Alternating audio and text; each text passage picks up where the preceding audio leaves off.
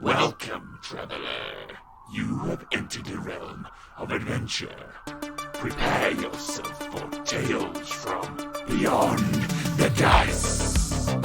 Welcome back. We play role-playing games such as Dungeons & Dragons 5th edition and a few others in earlier episodes, like Durance and what was the other one that we played? A custom one that I wrote that's kind of like powered by the apocalypse. Anyway, I am Luke, your dungeon master, and with me is Ben. I play Cortaine, who's looking forward to hunting some monsters from the sewers. Peter, I play Spigs and Denser, dwarf officer on spare times, father, most of the time, cool dude. Hello, Trav here. I play Little Moss, and I'm looking forward to going up the Suez Canal. And I'm Levi, and I play Lokag, and I'm looking forward to finding some Ninja Turtles and some meat. we continue this mini episode in the tunnels underneath Lower Ettica.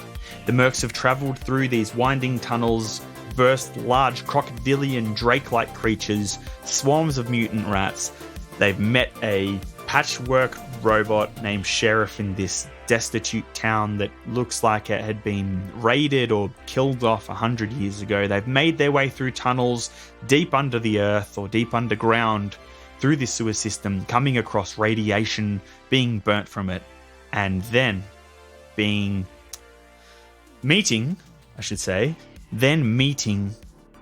a dwarf named Gregor, who's painting these protection lucky runes around the place in these old tunnels. This is where we pick up. Him calling out to the Mercs, to our heroes. Ah, Sheriff. Yes, the old thing's not looking too good, is he? It's like, how did you hear me whispering from all the way over there? I've got really good hearing. I've been living in these tunnels for quite some time. And I don't think Hayashida used the comms.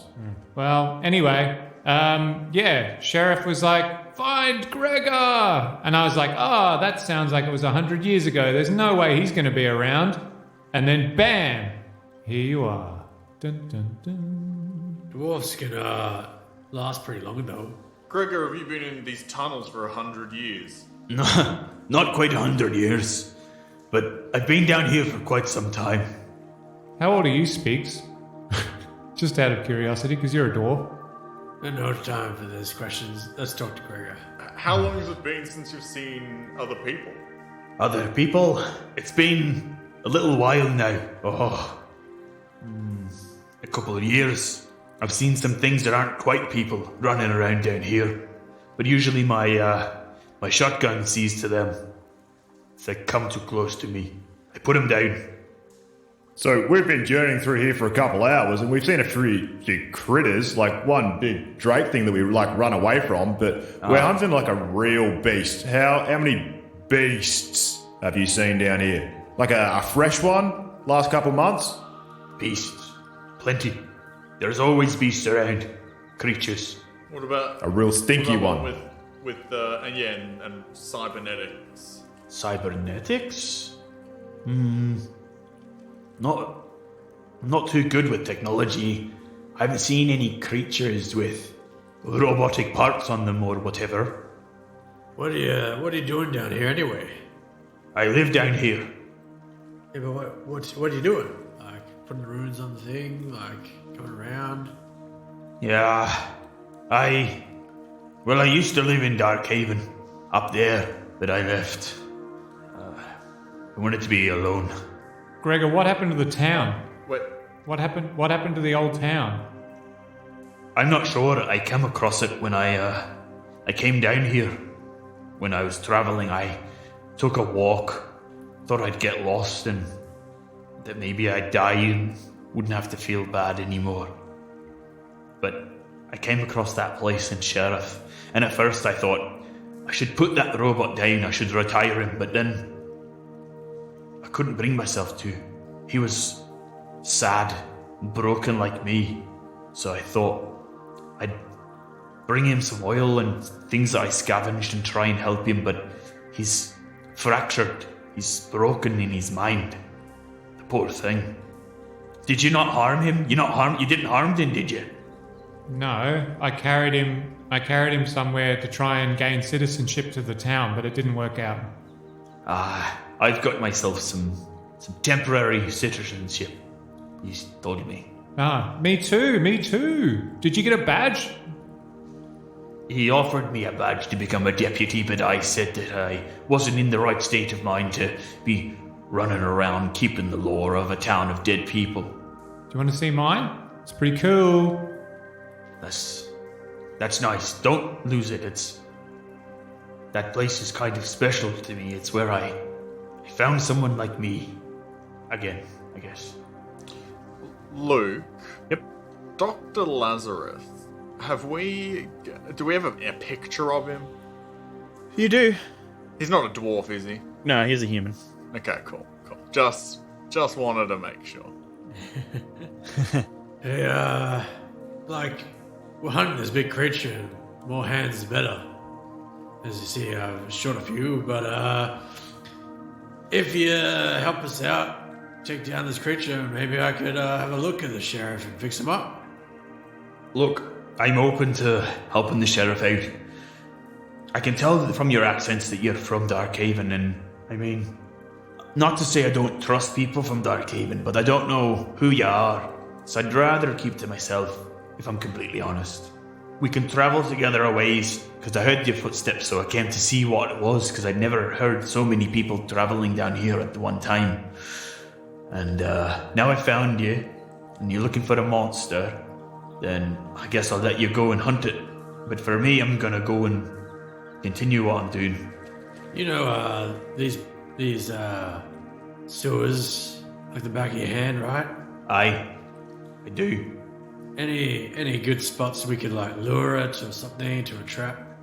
The town's not a bad spot to lure things, I guess. It's a pretty large area, so you can have plenty of room to fight. Otherwise, there's some larger intersections of tunnel up ahead. Maybe those areas would be good. I wouldn't suggest fighting anywhere that you can get backed into a corner easily. The tunnels, they're your best way of escape if anything gets hairy. As he strokes the bottom of his beard poking out from underneath his gas mask. I don't mean hairy like I'm gonna attack you or anything. It's just, a dwarf joke. Alright, well, I'm sick of standing around here. This place is bad. That stuff is gonna keep pushing out when it feels that there's things around. So I'm gonna keep going. I don't want it to follow me. Alright? I guess so. You can follow me a little way and then I'm going home. If you find any scrap that's useful, I'm happy to trade. Or if you got any good food, it's not the greatest food down here. Mutant rats are, they're rats. He turns around slowly. He tucks his sawn-off shotgun in this holster on his back. He continues walking forward. He picks up this large sack filled with maybe junk and stuff. You can hear metal and plastic and stuff rattling around in there as he picks it up and sort of throws it over his shoulder.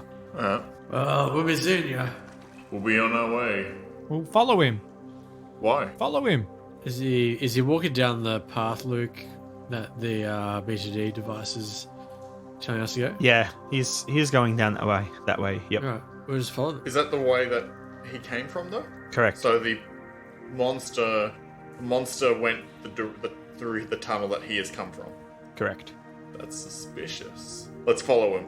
So he continues on down the tunnel, and you follow behind him. Every now and then he looks over his shoulder and just nods to you guys just to make sure that you maybe don't have guns pointed at him, or that big robot wolf thing is not going to gobble him up. But he continues out to this 4-way intersection. It's basically these 4 tunnels all running into each other.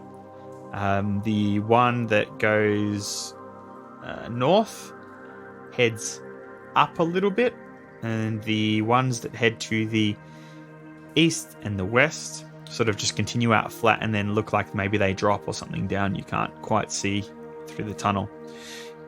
As it comes to this intersection of these 4 tunnels, and one leading up as well, so there's a 5th, but it's upwards into the sky, slight drips coming out of it. He turns, he says, Well, I'm going down here to my home.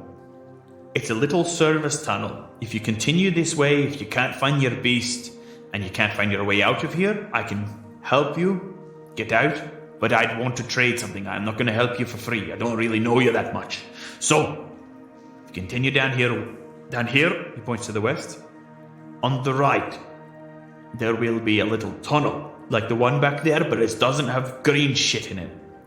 Follow the tunnel and then you'll get to some stairs.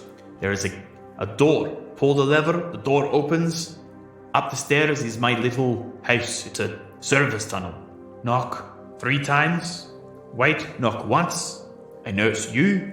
Kind of trust you, so telling you where I live. And come find me if you need a way out. Wait, Gregor, I've got some spare ration packs. I'll just leave them here. Good food. See you when we get back, or see you not.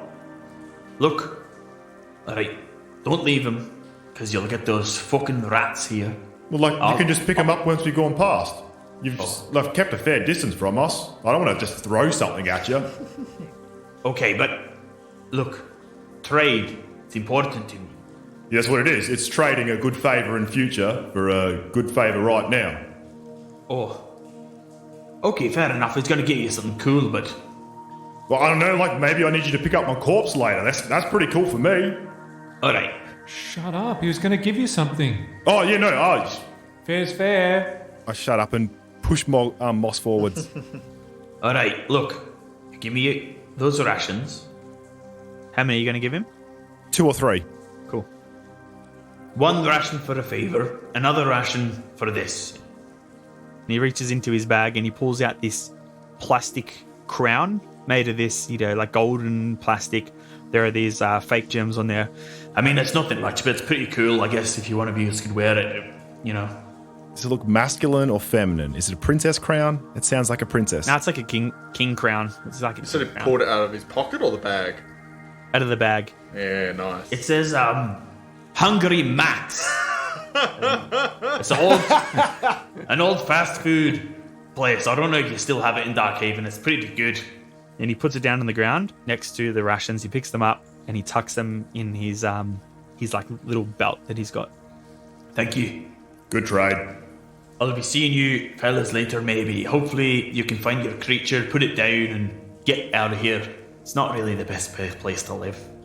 I thank you for not shooting me on the spot, thinking I'm sort of madman. Any words for the sheriff if I see him again? Tell him Gregor needs a new paint job. He said that to me once.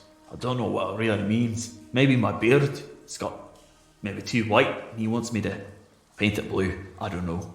Anyways, bye. See you, Gregor. He makes his way down the western channel. I pick up the crown and I ask Lokag to bend down on one knee I do it. and then I bestow the crown upon him. Okay, you now have a plastic crown on your head. Now I'm an actual king. I'm royalty now. I just stand up with more gusto and pride.